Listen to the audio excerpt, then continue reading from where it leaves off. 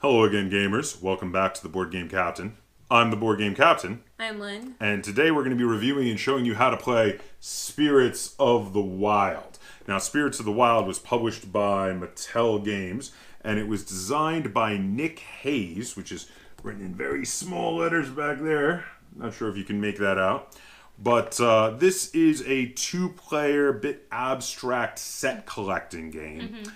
It is for two players, ages 10 and up, and listed as a 30-minute game. So let's start there. Not a whole lot to talk about in the two players. This is a strictly two-player game, strictly two-player games seem to be making a comeback lately. For a long time, you didn't see a lot of them. Now there's been a lot released in 2018 specifically, which is really kind of cool. The ages 10 and up might be a little bit of an overestimate. This game's pretty easy. I don't know. Where do you think? I think it's fine. I think it could be a year or two younger. I think It could I think be. 8 because for me, because it's just set collecting. As long as someone can tell, as long as they can tell for collecting the sets of the different colors, I think they're good. And 30 minutes is probably a pretty good estimate, though. Actually, it can go even quicker than that. There should be more of a variance in there. I think this is more like maybe a 20 to 30 minute game. It actually can go even faster than 30 minutes. So let's open this up and have a look at what comes in the box for Spirits of the Wild. Now, first thing you have is, instead of a rule book, it's just a little fold out rule pamphlet. Leaflet. Yeah, it's a total of 5 pages of rules because this game is very easy to understand. It's got lots of diagrams. The rules are very well done. I don't have any complaints to say about the rules. The next thing we have here are the personal player boards. Now, these are nice and thick and chunky, and they have holes which cradle the stones in them, which I think this is a really good design. I also really like the artwork of the different spirit animals on the boards, and it also very clearly tells you right on the board to remind you how you score points for each spirit animal, which is great. It means that, in the case of these, you don't need a cheat sheet. The cheat sheet's right on the board. Yeah, I'm big thumbs up on these. What's your opinion I on these like them. playboards? Yeah, they're really well done, aren't they? The next thing we have is the cards. Now we've got big cards here for special spirit animal powers, which are nice. They're thick enough. They're glossy. They're not linen finish, and they're not super thick, but they're not bad either. They're good. They're fairly good quality. You're not really handling the cards all that much. You even your personal cards, they're flat on the table and you flip them over. You're not really shuffling them. Yeah, these don't ever get shuffled. In fact, each player gets 6 of these personal cards, which have actions you can take on them, like taking a stone or taking 2 stones. And basically, you do these actions and you flip the cards face down, like you were saying. There's 2 of them that have half a picture each of Coyote on the back, and if you flip them both over, you get to move Coyote. I'll show you. We're going to show you when we're showing you how to play the game. And there's 1 card that lets you, as long as you have at least 3 of them flipped face down, lets you flip them all face up and do one of the spirit powers of the face up large cards as well.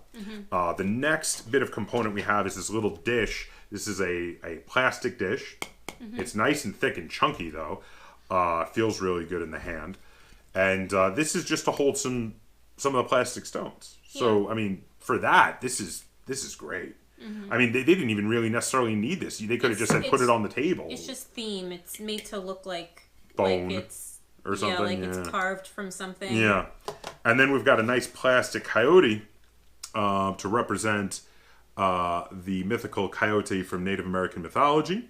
And he is awesome. He's chunky. He's got a soft plastic feel, so he feels durable. And he looks just great. I love this little mini coyote. Then we have a nice cloth bag. If you can't tell already from the way I'm talking about this, I think the production quality on this is actually quite good. Well, with all of Mattel's money, it should be. It should be. Now, this is, and we should maybe briefly reference, so Mattel, of course, usually just makes big classic games, but this year they decided to get back into making new modern hobby games, and this is one of their first forays into making hobby games in the modern era. And in regard to their production, they've done it right. These plastic stones are great. They're rounded on the bottoms. They fit in the circles really well, and then on the top, they have hard edges like they're an actual stone. Carved, yeah. Like they're a carved stone. Carved out of the quarry. Yeah, and they have all different colors. There's lots of different colors, including these clear special stones. These are called the clear opalescent special stones, and I'll tell you about how they work in a minute when we're showing you how to play the game. But that is everything that comes in the box for Spirits of the Wild. So now we're going to head to the table, and we're going to show you how you play the game and run through a handful of turns, and then we're going to come back and we're going to talk about how this game feels and how it plays, and we're going to rate it and review it. Okay, so here we can see a game of Spirits of the Wild set up. I'm going to be playing on this side of the table with this player board, and Lynn will be playing on that side of the table with that player board. Now, the way you set up is you each put your player board out. You put Coyote in the middle of the table. Here is Coyote. You shuffle up the special ability cards, and you deal them into two face-up equal size piles. So the top cards we have currently are the Ram, which allows you to take 2 stones from the bag, or the Bear, which allows you to return all stones from the dish to the bag and replace them with the same number of stones and then take 1. You put all the stones in the bag and shuffle them up and then draw 4 out, though if you draw any of the special stones, which are the clear opalescent color ones, you put them back and draw until you don't have any.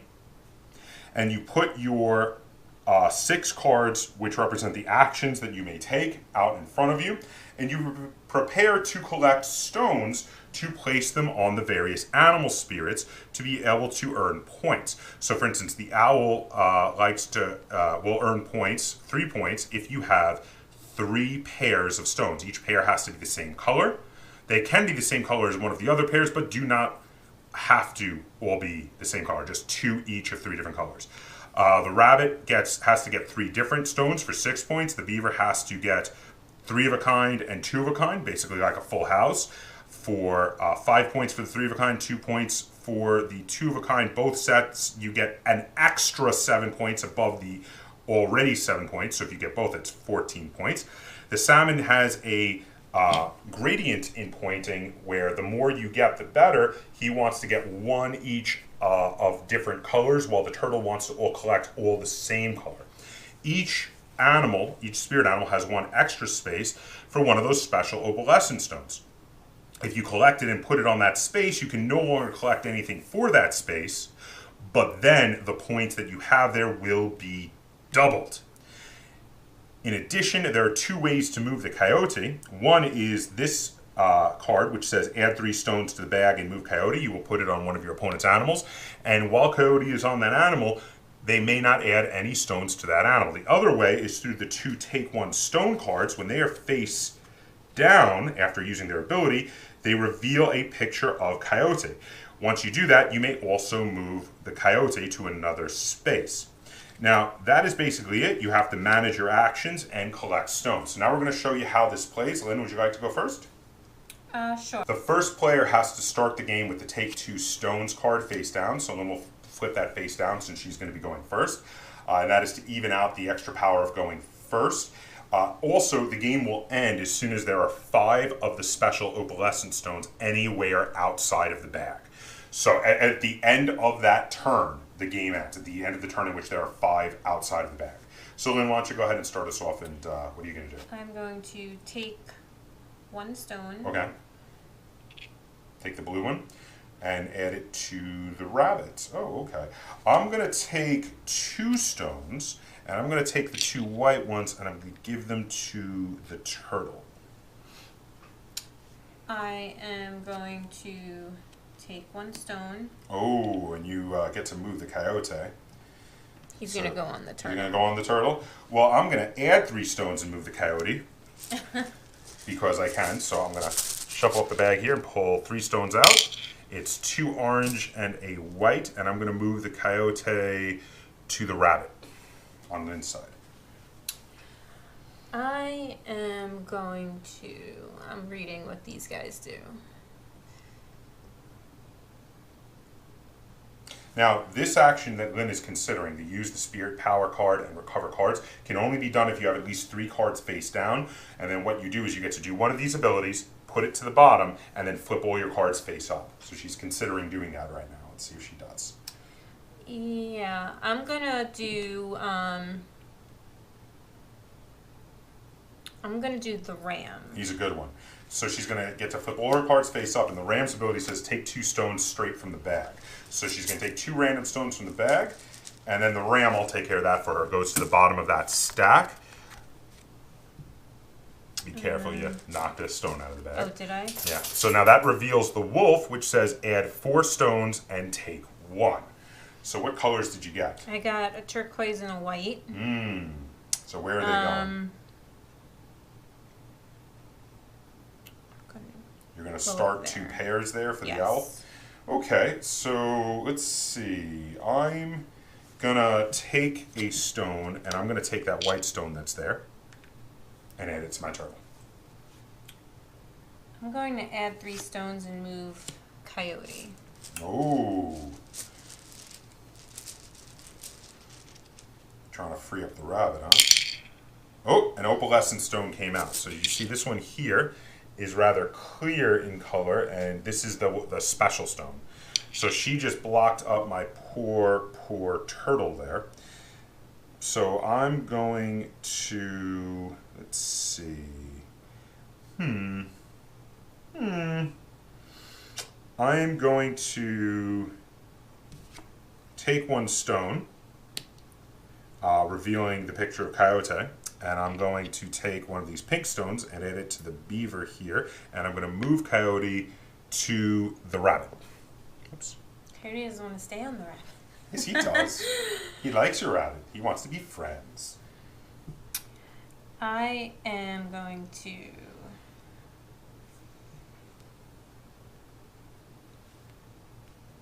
take 1. Take 1 stone. Mm-hmm.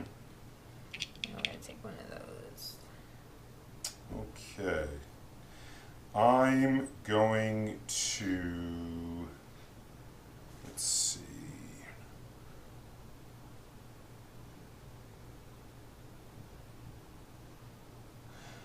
I'm going to use the spirit power of one of the cards. So I'm going to use the bear. I'm going to return these 3 stones to the bag, shuffle it up, put 3 back in the bowl, and then take 1 of those. 1, 2, 3. There we go. Then I move the bear to the bottom. And I'm going to choose to take, let's see, I got to flip all mine face up. I'm going to choose to take the blue one and put it here on the beaver.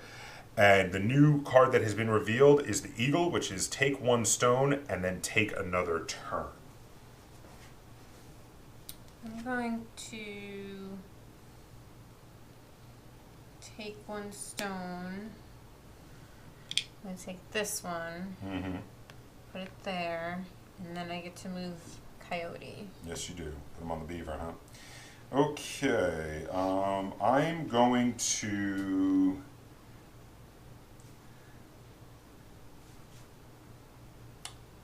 add 3 stones and move Coyote. 1, 2, 3. Oh, another special stone came up. I'm going to move Coyote over to the owl. I'm going to take 2 stones.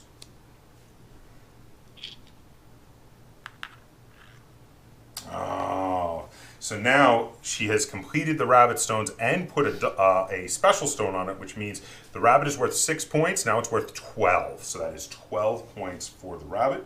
So on my turn, I'm going to take I'm going to add 2 stones to the bowl and take 1. And I'm going to take this pinkish one and add it here to the beaver. And this is how the game goes. You keep running through it, you manage your cards, take your actions when you want to.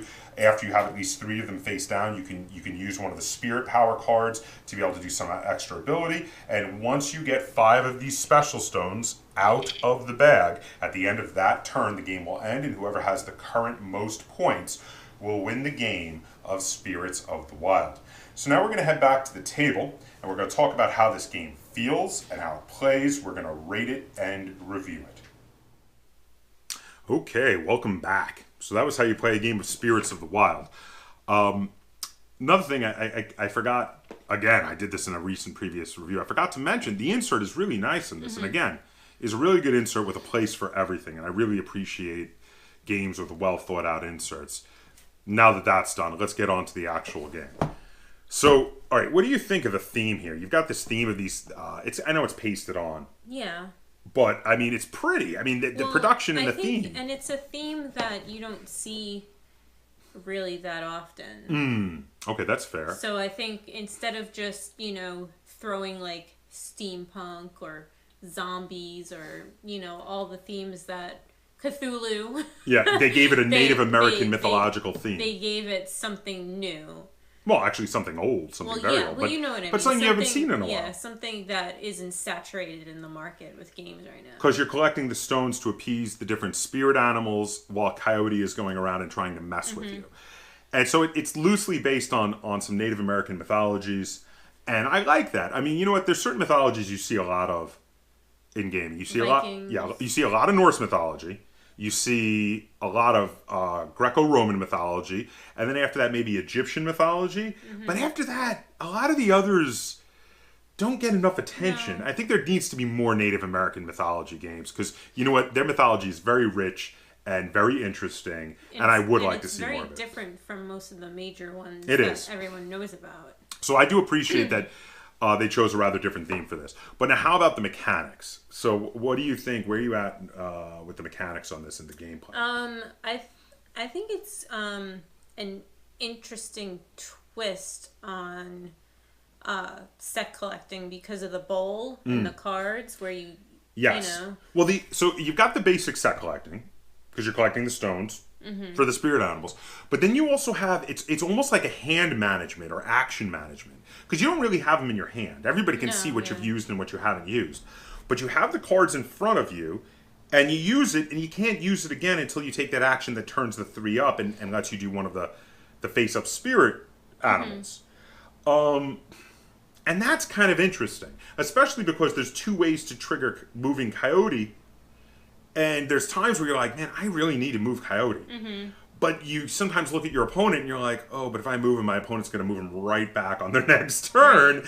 And there's that, should I postpone it? Should I wait? But you do have 2 ways to do it. So you could be like, I'm going to move him now, they're going to move him then, and then I'm going to move him again. And, and that's pretty cool. Coyote does become an interesting component in the game for blocking your opponent from being able to complete one of their spirit animals. And then also an interesting component with deciding to time your actions correctly. So, I mean, okay, I like how this game plays. I like the action management. I guess that's how you would call it. It's action management. I like the set collecting. And I like that this is a small footprint, quick game that you could play at the pub or the coffee house. Very easy to teach. And I love having these quick, easy 2-player games in our collection when you and I want to bring a game to the coffee house or the pub. Because these are great for that. What are your thoughts? I mean, where are you at with this?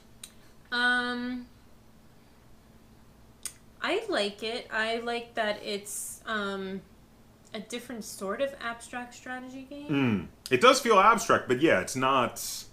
It's like an abstract set collecting action management game. It's a little weird, but you know what? It's inventive, and I like that. Even in a simple way, it's rather inventive, and it's interesting. And also, kudos to Mattel for when you're deciding to get into hobby games, for picking a nice intro level game that is very different from a lot of the other stuff on the market right now, and very interesting, that would stand out. I really have to give thumbs up to them, because they could have done like Hasbro does and just keep releasing different variations of their existing games, like Hasbro does constantly. But they didn't. They went and came up with a new game, and this is kind of cool. And I really like that they got a designer to do this. So, how many stars are you going to give Spirits of the Wild? I think I'm going to go with 8. Wow. Okay, now I'm very positive about this as well, but I'm not quite as high as you are. I'm going to go 7. Now, what can you say? Why did you choose 8 stars? That's a very high score. Well, I appreciate that it's like it's the same but different, if that makes sense. Like, the same as what? What do you mean? Well, it's abstract strategy, it's set collecting, but it's not the typical abstract strategy set collecting. So it feels a little, even though it uses similar mechanics to other games, it feels very different from Yes. those other games in the way it fits them together. Yes. Okay. So that and it really now does it get an 8 because it just really clicks with you, like you just really like it, or can you put a finger on why you like it so much you're giving it an 8? I think it's fun. It's just the enjoyment factor. Yeah. So now I thoroughly enjoyed this game as well, though I'm obviously not quite as high as you. So I'm giving it a 7, which means I like it and I'll play it anytime Lynn asks. Which, you know what, I'm very glad she likes it more than me because I'm going to play it anytime she asks. This is a game that I think we'll see a lot of play at the coffee house because this is a nice small footprint game. And I do thoroughly enjoy it. I like the mechanics. All the mechanics in here were mechanics I already knew I liked, but you're right, they do fit together in a very different sort of way. Also, the production is really good. I like the theme. I like the artwork. Yeah, this is a 2 thumbs up review from us here at the Board Game Captain. We both like this game quite a bit. So there you go. That is 8 stars from Lynn, 7 stars from me. If you're looking for an intro level 2-player game for you and your significant other, you and your child, you and somebody you know who wants to play games but maybe wants lighter level games that are only going to be like half an hour, this is a great game to pick up for just 2 players. This is a really, really fun game. It looks great. It feels fun. It's family friendly. It's very enjoyable. And it's very easy to learn and easy to teach. I mean, 5 minutes to learn this game. And I think it appeals to kids because of the cute animals. Yeah. But again, it's not so cutesy that adults wouldn't like it too. Yeah. Because we play it with each other and we really like it. It's just most abstract strategy games are just like, a board and, pieces that are different shape, and there's not really anything else. Yeah, but this has on. like the Coyote mini. Yeah. Okay. You can see like little kids' eyes just glaze over when they look at those games, because there's nothing interesting to look at. So there you have it. That's 2 thumbs up from us, 8 stars from Lynn, 7 stars from me. If you have any comments, questions, or concerns, either on Spirits of the Wild or on this video, feel free to put them in the comments down below. And if you enjoyed this video and you'd like to see us do more review and tutorials like it, be sure to give it a like, share it on all forms of social media, and if you haven't already, please subscribe to the Board Game Captain. That's Captain spelt with a K on YouTube. And until next time, game on.